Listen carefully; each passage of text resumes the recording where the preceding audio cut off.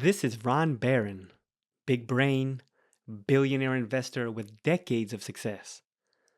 One of Tesla's biggest backers. He has stood by Elon Musk through good times and bad. His Tesla stake today is worth $5.5 billion. In this clip, he reveals the exact moment that soured Elon's relationship with the Biden administration. This is the catalyst that eventually led to Elon Musk endorsing Donald Trump for president. So you've been a longtime Democrat. You've been pretty outspoken about that, but you're also a longtime supporter of Elon Musk's. What do you think of the election results and the government that we're going to be facing? I think that he had similar views to mine. I don't feel like I'm a Democrat anymore, but he had similar views to mine. Ron Barron's comments here capture what so many Americans are feeling right now. 10 years ago, identifying as a Democrat meant something pretty different than it does today. There's been a quick and rapid and strong shift to leftward. There's this popular meme that captures this sentiment pretty clearly here. I translated it for you guys. So this is the year 2008, and this is the political compass, the political spectrum, and this would be someone who's in the center, and here's you, somebody say that's just left of center. And this would be your fellow liberal, and this would be the conservative. Now, you watch what happens when you get to 2012. The reason this year is mentioned is because in this year, there was really a shift in the vibe about how everybody felt about politics, and something big happened here. You can see that you are still in the same position as you were. It's just center of left, but the left starts running and stretching out the spectrum further and further, until we get to 2022, where you see the left has gone so far left that the center line itself has moved, and despite you being in the exact same position, with thinking the same things, having the same opinions, believing the same political beliefs, you're now grouped in with the right wing, inexplicably, while the left has stretched itself way out of proportion over here. Many people felt like they were standing in the same spot that they always were, but the ground had shifted under their feet. I don't feel like I'm a Democrat anymore, but he had similar views to mine. He's saying what a lot of people in America are thinking, but maybe aren't so comfortable about saying out loud. He's saying, I don't feel like a Democrat anymore, that the party I belong to has left me. I mean, one of the things that was really interesting is that they had an EV summit at the White House. Everyone's been talking about this a year or two ago. And in that period, they had the leading people for electric cars were invited to the White House to meet with President Biden. So this is where everything started. Back in 2021, the Biden admin hosted this big electrical vehicle event that was supposed to be about advancing clean transportation in America. But here's the kicker. They invited basically every EV car company except Tesla. And at the time, Tesla wasn't just leading the EV market, they were completely dominating it. We're talking about a company that did something almost impossible, becoming the first successful new American car company since Ford in 1903. Think about that. In over 100 years, no one managed to build a sustainable car company from scratch in America. Every other major US automaker had gone through bankruptcy at some point, but not Tesla. Even GM went bankrupt during Lehman Shock, and they had to be saved by the government.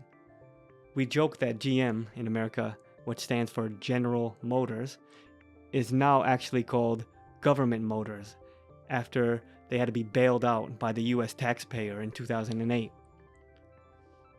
So just imagine you have a summit about the future of smartphones in 2012, and you don't invite Apple.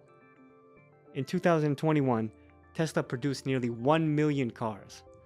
They created tens of thousands of American jobs. They put multiple huge factories across the country, each one bigger than any building that was ever built in the US. They're literally the most American car company in existence. And by the way, Tesla built the entire nationwide charging infrastructure with their own money. Final point. This is what makes the snub by Biden even more bizarre. Tesla isn't just a car company. They're building large-scale, utility-scale batteries and solar technology, exactly the kind of energy and infrastructure that the Biden admin claims that they want. So you have this weird situation where the administration excludes the one company that's actually done all the heavy lifting to make this a reality. And Musk was invited initially and then disinvited. I actually didn't know that Tesla was invited and then disinvited. Ron must have some kind of behind-the-scenes information here. But this makes everything even more clear that this action was politically motivated. Musk was invited initially and then disinvited. And the person who was praised for leading the way and in the conversion was Mary Barra. Mary Barra is the CEO of GM. Here she is at the EV Summit of 2021 that Ron Barron is mentioning. A few months later, Joe Biden went to the GM factory in Detroit, Michigan. He never visited any of Tesla factories, by the way. And at the GM factory, he gave a speech that has now become legendary in the Tesla community. It's important for you to hear this entire clip, which I'll play for you now. In the auto industry, Detroit's leading the world in electric vehicles. You know how critical it is? Mary, I can remember talking to you way back in January about the need for America to lead in electric vehicles.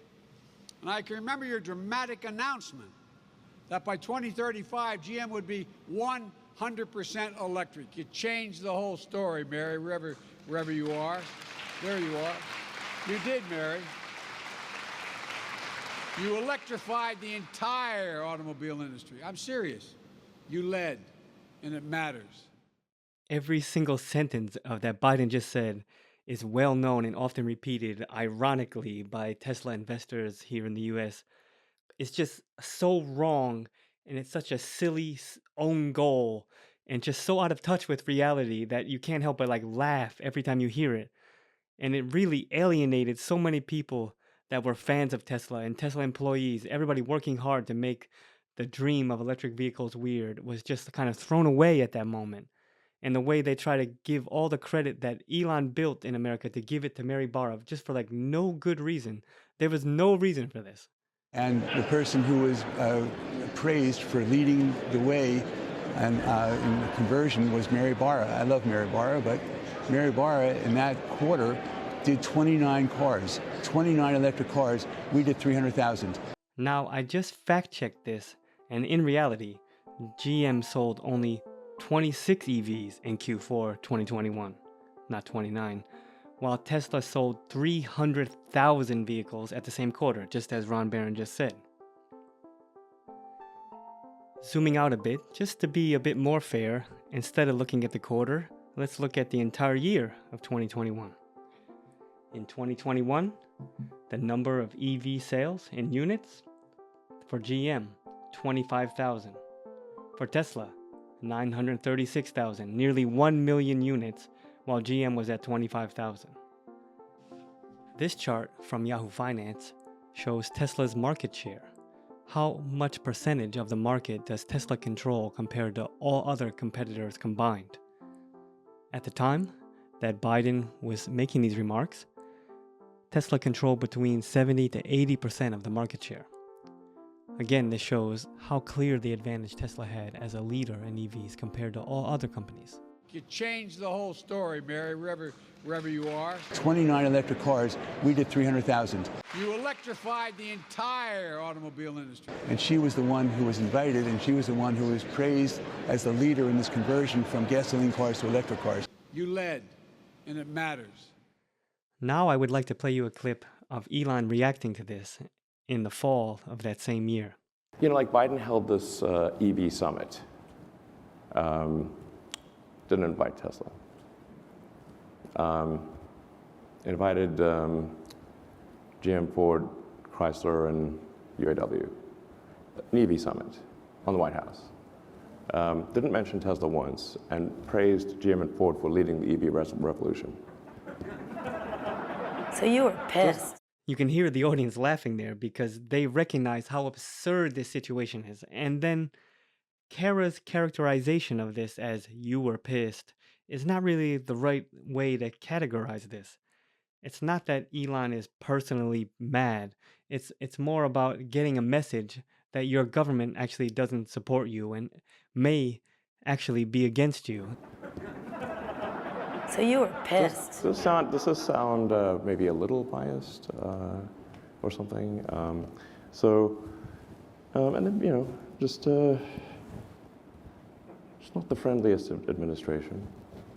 I think that's the good way for Elon to put this, that the administration was not the friendliest administration. It's not so much that Elon needs praise or that Tesla needs praise. It's more that the government is praising a company that made far inferior products and far fewer of them for reaching goals that the government wants companies to hit, but they're praising the company that lost at those goals. This is the part. It's not the friendliest administration. And just to recap everything for you, Tesla built the first successful new car company in over a century, created thousands of jobs, actually made EVs viable for the first time. They did everything the Biden administration claims that they want: clean energy, American manufacturing, innovation. Yet when it came time for the White House EV summit, politics beat reality. Instead of celebrating actual achievement, they chose to praise GM's 26 EVs. This deliberate exclusion of Tesla from the EV conversation appears to be the catalyst that pushed Elon Musk, who had previously been relatively neutral in politics, away from the left. Think about the domino effects here. A simple EV summit snub may have determined the presidential election. This isn't just about Tesla or Elon Musk anymore. It's about a deeper problem in American politics today. Biden put political signaling above substance.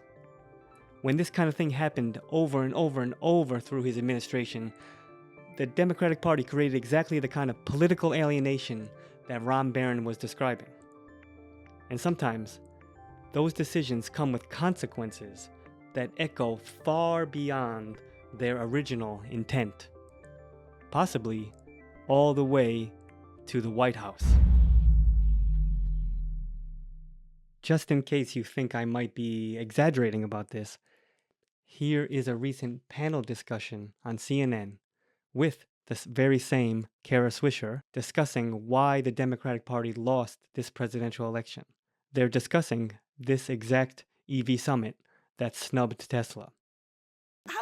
I'm genuinely curious. Was there something, do you think, that Democrats did? What was the thing? One thing. What was the thing that they did to I got a call alienate from him Elon about it Musk? when he wasn't invited to that EV summit. He should have been invited. I called the White House. I never call the White House. Yeah. And I'm like, why didn't you invite him? He's very angry. And in fact, I had an interview with Pete Buttigieg at the time, who also was a little bit glib about it. And I was like, he's critically important in this sector. They didn't invite him, and they should have. He deserved that credit. ご視聴ありがとうございました。Jay でした。I leave you now with a few photos of Trump attending the Starship launch yesterday. Something that Biden never did or even mentioned. またね。